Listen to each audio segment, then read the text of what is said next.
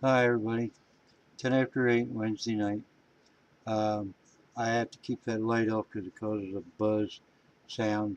And anyway, the video is never about my face. Couple of little quick rants. Let's get Syria out of the way first. We got no business in Syria. We have no idea who we're helping, who we're not helping. No one realizes what the hell. The president didn't have the balls to do away with don't ask, don't tell, and he dumped it on the Congress. And now he doesn't have the balls to make a decision on Syria. And luckily for us, there might be enough in the Senate or the House that realize this is another Gulf of Tonkin. This is another National Defense Authorization Act. This is another Patriot Act. This is another way to give war powers to a president. We don't know what the hell is going on in Syria. An atrocity happened. 1,500 people were killed. Uh, it's just like a couple of bad weekends in Chicago. But the important thing is that we have not only sanctioned the use of gas, but we provided Saddam Hussein, who we use as one of our leading examples of people that gas their own kind.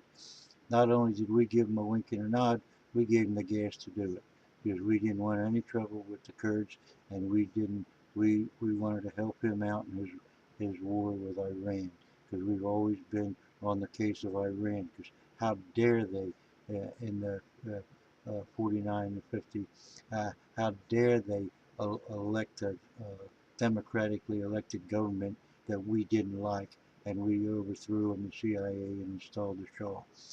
So we're meddling again. We don't have the money. We really don't have the resources to spare. And we, we don't have any business in there. We have no idea who's going to take over. We have no idea if we start arming these people, what's going to happen.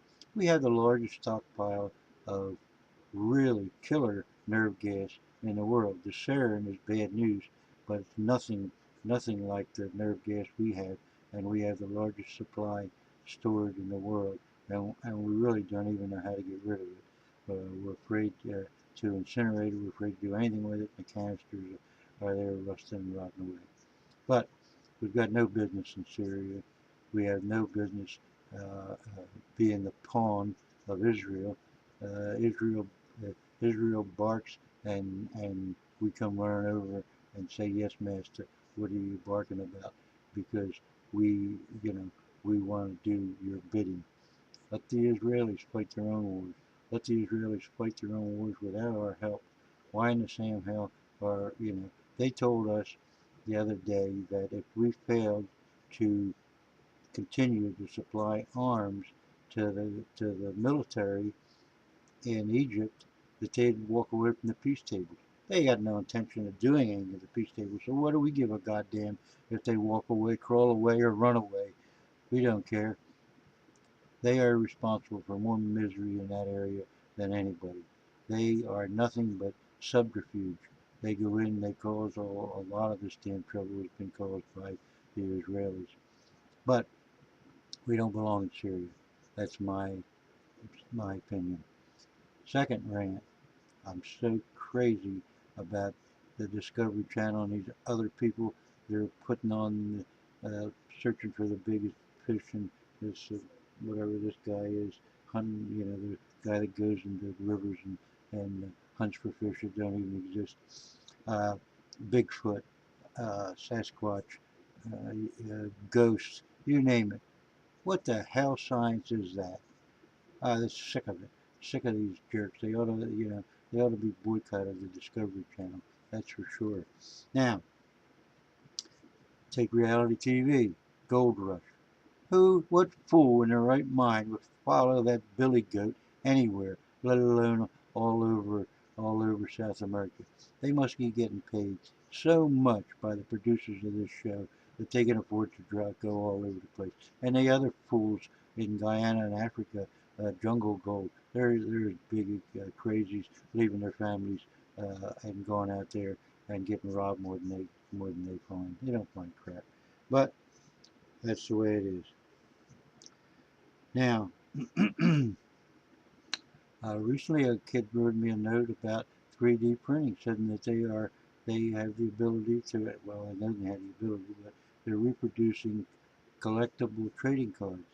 Now you make that material out of the stuff that the same date paper and all that you can fabricate anything with these. It's amazing. Now they have 3D printers that'll do paper and they'll do it identical to anything you want, any color, any multiple colors, any thickness, layer after layer, you name it. It's laid down by the molecule if it has to be, and it could be the ruin of the trading card business. But I warned about this 6 months ago. They can duplicate any Carson City they want. They can use the silver that's the exact same age, the silver from the exact same mine. They can do anything they want with these 3D printers. What they can't do is they can't make silver from lead. So buy silver. Don't worry about this fancy bullshit. A couple of incidents happened recently at the flea market where people were passed off phony Carson City coins, and these guys, because of the greed they had, they ended up buying them. And I think I mentioned that in the last video. Now,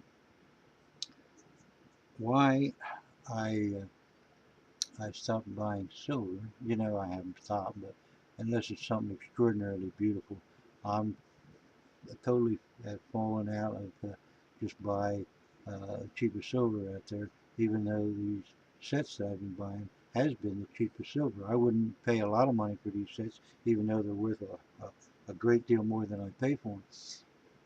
Simply because I think everybody knows why I bought silver. I think I have enough silver temporarily. But that doesn't mean that I wouldn't recommend to you to continue to keep buying silver. Silver's going to go up, and you know, I thought it would be at this price at the end of the year. So it might be a little higher at the end of the year, and I thought we'd see maybe 26 or 7 in sometime in the spring. But we're going to see $50 silver, and we'll see $60 silver just a couple of years down the line. Now, next thing is, what kind of a country do we live in when they can't take care of their ill, their children, their elderly? The other day, my mother, I won't even get into that. She's absolutely out of her mind, drives everybody crazy. No one wants anything to do with her.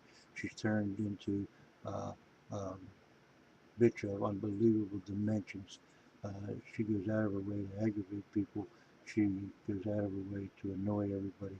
She's gone through so many people that I hire to come in and watch her. Because if I'm not here, and I'm here 21 hours a damn day, not not merely here on the property, but in the damn house.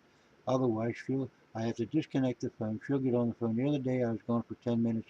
She called the EMTs. It's going to cost me $1,500 fucking dollars because she didn't want to be home alone. Then they had a cop, an ambulance, and a paramedic truck had to stay here till somebody showed up, which was 10 minutes. 10 friggin' minutes she couldn't wait.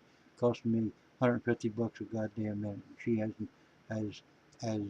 oh, well, she turned, it's not my mother anymore. She just turned totally evil. I mean, everything she does is nasty. Everybody tries to help her. She's driven off 3 homemakers I've hired already, but I'm stuck.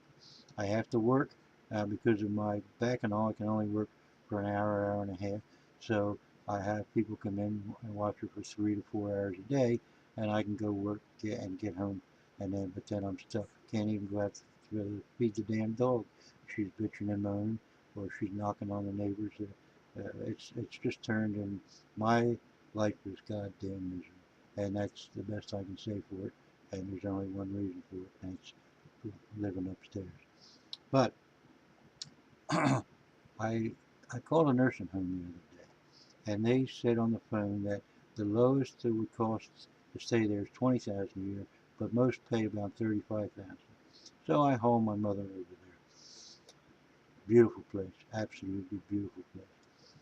But when we get down to crunching numbers, first thing they want is they said, oh, the room's $106 a day. Okay, so at 106 dollars a day times 365, we're already at $38,690. Okay, I said, how the hell can you say this as cheap as 20,000 and most pay 35?